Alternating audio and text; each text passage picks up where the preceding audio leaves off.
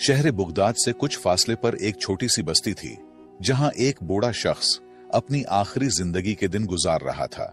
वो एक खामोश और आजिज लेकिन दाना इंसान था। उसके 5 बेटे थे।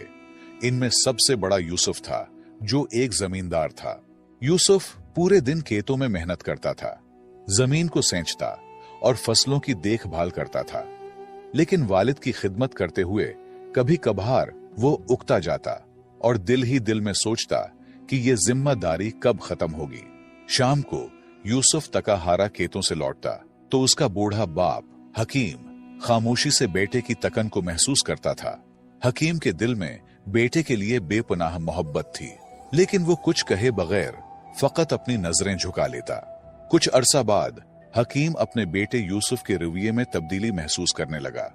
वो जानता था कि यूसुफ अपनी तकन और जिम्मेदारियों के बोझ तले दब चुका है, और शायद उसे ये महसूस होने लगा कि बूढ़ा बाप अब उसके लिए एक बोझ बन गया है। यूसुफ का रूठा रवैया उसके वालिद को परेशान करने लगा। वो अपनी जिंदगी के आखिरी अय्याम सुकून से गुजारना चाहता था, लेकिन यूसुफ की बेरुखी ने उसे गमगीन कर दिया। कुछ अरसा बाद हकीम ने यूसुफ को करीब बुलाया और कहा, बेटा, मुझे मालूम है कि तुम पर बोझ बढ़ गया है। फिक्र न करो, मैं ज्यादा दिन तुम्हारे साथ नहीं रहूंगा। 2-3 दिन बाद मैं दूसरे बेटे के पास चला जाऊंगा। तुम अपने काम और जिंदगी पर ध्यान दो, मेरे लिए परेशान न होना। यूसुफ ये सुनकर कुछ देर खामोश रहा। दिल में निदामत की हल्की सी लहर उठी, मगर उसके लबों पर कोई सख्त या रोकने वाले अल्फाज न आए। कुछ दिन गुजारने के बाद बूढ़ा हकीम यूसुफ के घर से निकलकर दूसरे बेटे फारूक के पास चला गया, जो एक कामयाब ताजिर था और माल व दौलत की कमी न थी। बूढ़ा बाप फारूक के घर रहने लगा, लेकिन फारूक का रवैया भी काबिल अफसोस था। फारूक के लिए कारोबार की मसरूफियत ज्यादा अहम थी, जबकि उसकी बीवी सुसर को हमेशा नजरअंदाज करती और उनसे बात करने की जहमत भी न उठाती। हकीम दिन भर खामोशी से एक कोने में बैठा रहता, दिल में अपने बेटों की बदलती हुई मोहब्बत का गम लिए, मगर अपनी तकलीफ को कभी जुबान पर न लाता। बूढ़े हकीम का वक्त गमों के साथ गुजर रहा था। एक दिन फारूक ने अपने बीवी के बातों में आकर वालिद से कहा, बाबा, आपको मेरे साथ कारोबार में मदद करनी चाहिए, ताकि आपकी मौजूदगी का मुझे भी कुछ फायदा हो। ये सुनकर बूढ़ा हकीम खामोश रहा। उसकी झुकी हुई कमर, कमजोर हाथ और तका हुआ जिस्म इस बात की गवाही दे रहे थे कि वो अब किसी भी मेहनत के काबिल नहीं रहा। लेकिन उसने अपने बेटे की बात का बुरा नहीं मनाया, क्योंकि वो जानता था कि फारूक उसे सिर्फ जिम्मेदारी के पैमाने से देख रहा है, मोहब्बत के नहीं। सारी रात बूढ़े बाप की कांसी और दर्द भरी फरियाद से तंग होकर फारूक की बीवी ने कहा, ये बूढ़ा इंसान हमें मजीद परेशान कर रहा है। इनके और भी बच्चे तो है, वहां जाकर भी तो जिंदगी गुजार सकता है। फारूक भी एक कम ज़र्फ आदमी था। उसने अपने बूढ़े बाप से कहा, बाबा, अगर आप तंग हो तो कोई बात नहीं, चाहे तो दूसरे बेटे के पास चले जाएं, वहां आप सुकून से रहेंगे। आपके इलाज के लिए मैं पैसे भी दे दूंगा, फिक्र न करें। इन अल्फाज ने हकीम की इज्जत नफ्स पर एक और जख्म लगाया। फारूक ने मोहब्बत और तवज्जो की बजाय सिर्फ एक माकूल हल की बात की, जैसे बूढ़े वालिद की मौजूदगी का कोई एहसास न था, सिर्फ एक जिम्मेदारी का बोझ था जिसे उठाना पड़ा। बूढ़ा हकीम फारूक के हाथ से निकलकर तीसरे बेटे उस्मान के पास चला गया। उस्मान एक मेहनती किसान था और अपनी जमीनों पर काम करता था। उसने अपने वालिद का एहतराम किया, लेकिन उसके पास भी ज्यादा वक्त नहीं था। वो दिन भर खेतों में मसरूफ रहता और शाम को घर आकर बीवी बच्चों के साथ वक्त गुजारता। बूढ़े वालिद की बीमारी और दिल की गहरी उदासी पर उसका ध्यान कभी नहीं गया। उस्मान जब सुबह काम पर जाता तो उसकी बीवी हमेशा अपने बच्चों को सुसर के पास बिठाकर उनसे खेलने को कहती। बूढ़ा हकीम, जो बीमारियों और कमजोरी से कांप रहा था, ये मंजर देखकर दिल में शदीद गम का शिकार हो जाता। उस्मान के घर में वालिद की हालत मजीद खराब होती गई और आखिरकार वो वहां से भी चला गया। इस बार उसने चौथे बेटे अहमद के यहां जाने का फैसला किया। अहमद, जो कि एक धोखाबाज और लालची इंसान था, अपने वालिद को इस्तकबाल करने के लिए बहुत खुश था। अहमद की खुशी महज लालच के बायस थी, न कि अपने वालिद से मोहब्बत के। अहमद ने अपने वालिद को इज्जत दी और कहा, बाबा, आपको यहां रहने में कोई तकलीफ नहीं होगी। वक्त के साथ साथ अहमद को पता चला कि बूढ़े बाप के पास कोई माल दौलत नहीं है, तो उन्होंने भी बाप को नजरअंदाज करना शुरू कर दिया। अहमद की बीवी ने अपने ससुर को एक बोझ समझकर उसकी कोई खिदमत नहीं की, बल्कि उल्टा तकलीफ दी। वो हमेशा शिकायत करती रहती और बूढ़े को अपने कामों में रुकावट समझती। लेकिन बीवी की क्या कसूर, जबकि अपने बेटे रूठ चुके थे। अहमद भी अपने कारोबारी उमूर में इतना मग्न हो गया था कि उसने अपने वालिद की हालत पर कोई ध्यान नहीं दिया। इस दौरान बूढ़े की सेहत और जिस्मानी हालत तेजी से बिगड़ने लगी। आखिरकार एक दिन अहमद ने भी जवाब दे दिया और कहा, बाबा, तुम यहां नहीं रह सकते। मेरे पास इतना वक्त नहीं है कि तुम्हें हर वक्त देखूं। तुम्हें कहीं और जाना होगा। इसके बेदर्द अल्फाज पर बूढ़े हकीम ने दिल बर्दाश्ता होकर आखिरी बेटे अब्दुल्ला के यहां जाने का फैसला किया। अब्दुल्ला हकीम का सबसे छोटा और कम उम्र बेटा था, जो एक गरीब और मेहनती शख्स था।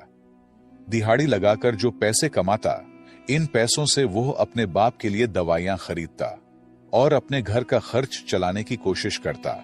उसकी बीवी भी काफी ईमानदार थी, अपने ससुर का दिल से ख्याल रखती थी। वो उनकी बीमारी और बुढ़ापे को समझती थी और हमेशा माँ बाप की तरह उनकी खिदमत में लगी रहती थी। बूढ़े हकीम ने जब अब्दुल्ला और उसकी बीवी की मोहब्बत और एहतराम देखा तो दिल ही दिल में खुश हुआ और बहुत दुआएं देने लगा।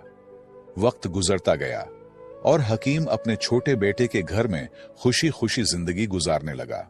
उसकी जिंदगी में सुकून और मोहब्बत वापस आई और वो इस बात पर शुक्रगुजार था कि आखिरकार उसे वो इज्जत मिला जिसका वो हमेशा से हकदार था।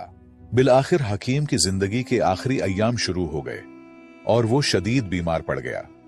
अब्दुल्ला अपने बाप की हालत देखकर बेहद गमगीन होता और अक्सर रो पड़ता, क्योंकि वो अपने वालिद को एक बोझ नहीं बल्कि हकीकी मानों में बाप के रुतबे से देखता था। उसके दिल में वालिद की इज्जत और मोहब्बत का समंदर था और वो हर मुमकिन कोशिश करता कि अपने वालिद की खिदमत में कोई कमी न रह जाए। अब्दुल्ला के आंसू और उसकी फिक्र वालिद की जिंदगी के उन आखिरी दिनों में उसके लिए एक तसल्ली और सुकून का बायस बने। हकीम ने अब्दुल्ला की मोहब्बत देखकर उसे अपने करीब बुलाया और बारीक आवाज में कहा, बेटा, मेरे आखिरी दिन करीब हैं।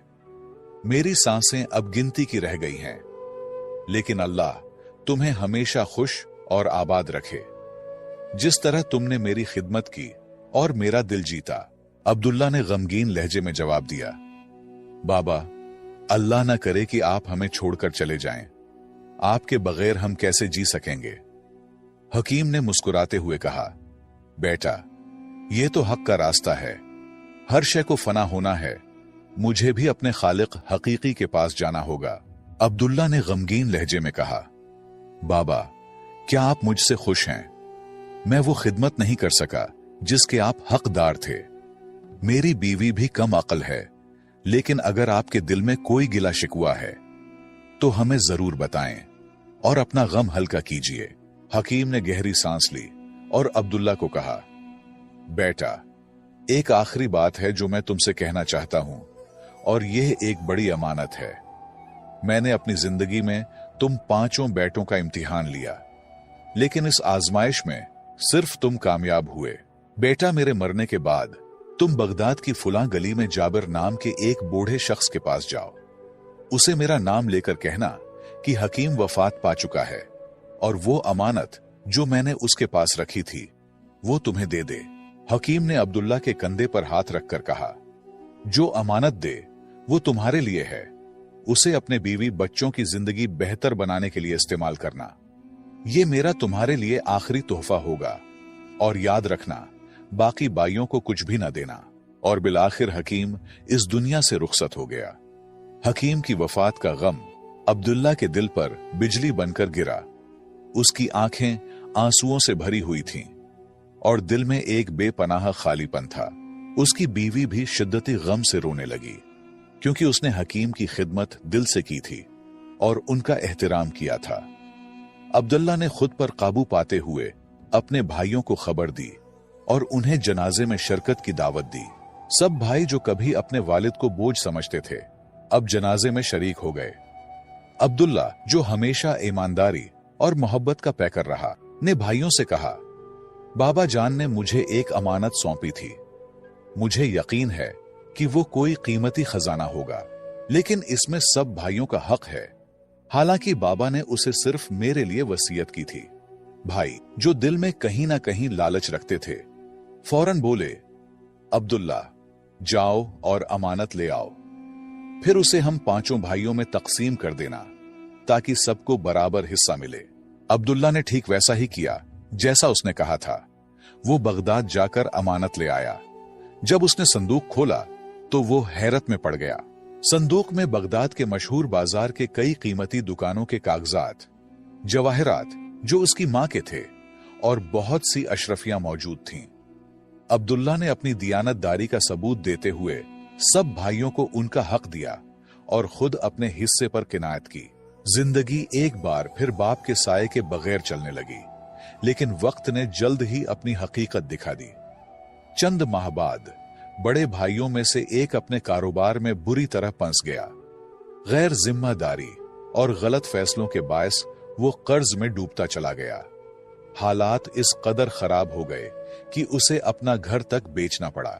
दूसरा भाई, जो कभी ऐश व इशरत की जिंदगी गुजारने का आदी था, एक दिन चोरी में मुलव्विस पाया गया।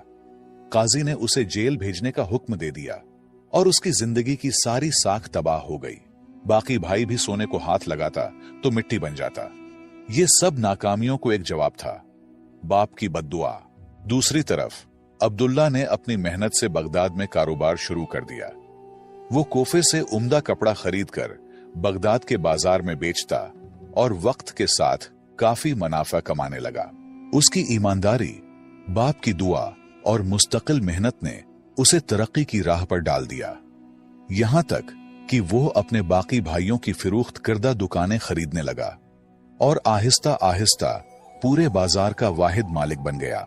जो भाई कभी खुद को दौलतमंद समझते थे, अब वक्त के मारे हुए अब्दुल्ला के दर पर सवाल करने आ गए। अब्दुल्ला, जो एक रहम दिल और मुशफिक इंसान था, उनकी मदद करता और उन्हें खाली हाथ वापस न जाने देता। उसका यह रवैया उसके वालिद की सिखाई हुई अखलाकियात का अक्खास था। फिर वो दिन आया जब अब्दुल्ला ने बगदाद के तरक्की याफ्ता इलाके में एक बड़ा घर खरीदा और अपनी बीवी और बच्चों के साथ एक खुशहाल जिंदगी गुजारने लगा। वो जिंदगी के उस मोड़ पर भी अपने वालिद की दुआओं और तालीमात को नहीं भूला। एक दिन वो अपने वालिद की कब्र पर फातिहा पढ़ने गया। कब्र के सामने खड़े होकर उसने कहा, बाबा, आपकी दुआओं ने मुझे बगदाद का अमीर बना दिया, लेकिन आपके साये की महरूमी ने मुझे गमगीन कर दिया। अल्लाह ताला आपको जन्नत में आला मकाम अता फरमाए। मुअज़्ज़ज़ दोस्तों, इस कहानी से हमें 3 कीमती असबाक मिलते हैं। नंबर 1, वालिदैन की जिम्मेदारी है कि वो अपने बच्चों की बेहतरीन तरबियत करें ताकि वो बाद में न सिर्फ उनका सहारा बने बल्कि जिंदगी की मुश्किलात का सामना भी हिकमत और सब्र से कर सकें। नंबर 2, एक बेटे के तौर पर वालिदैन को कभी बोझ न समझे, क्योंकि वक्त का पहिया घूमता है और कल आप खुद इसी मकाम पर हो सकते हैं जहां वालिदैन आपसे मोहब्बत और तवज्जो की उम्मीद करते थे। नंबर 3, वालिदैन के साथ मोहब्बत, इज्जत और अच्छा रवैया इख्तियार करना न सिर्फ आपके मुस्तकबिल को रोशन करता है बल्कि आखिरत में भी बेशुमार इनामात का बायस बनता है। वालिद चाहे जैसे भी हो, उनकी खिदमत बेटे का फर्ज है, क्योंकि उनकी दुआएं ही आपकी जिंदगी का सबसे बड़ा सरमाया हैं। मुझे उम्मीद है आपने इस कहानी से बहुत कुछ सीखा होगा। अगर आपको यह सबक आमूज कहानी पसंद आई हो और आपको मजीद पुरानी और नसीहत आमेज कहानियां सुनना पसंद है, तो हमारे और आपके चैनल पुराने किस्से को लाजमी सब्सक्राइब करें, वीडियो को लाइक करें और अपने दोस्तों के साथ जरूर शेयर करें।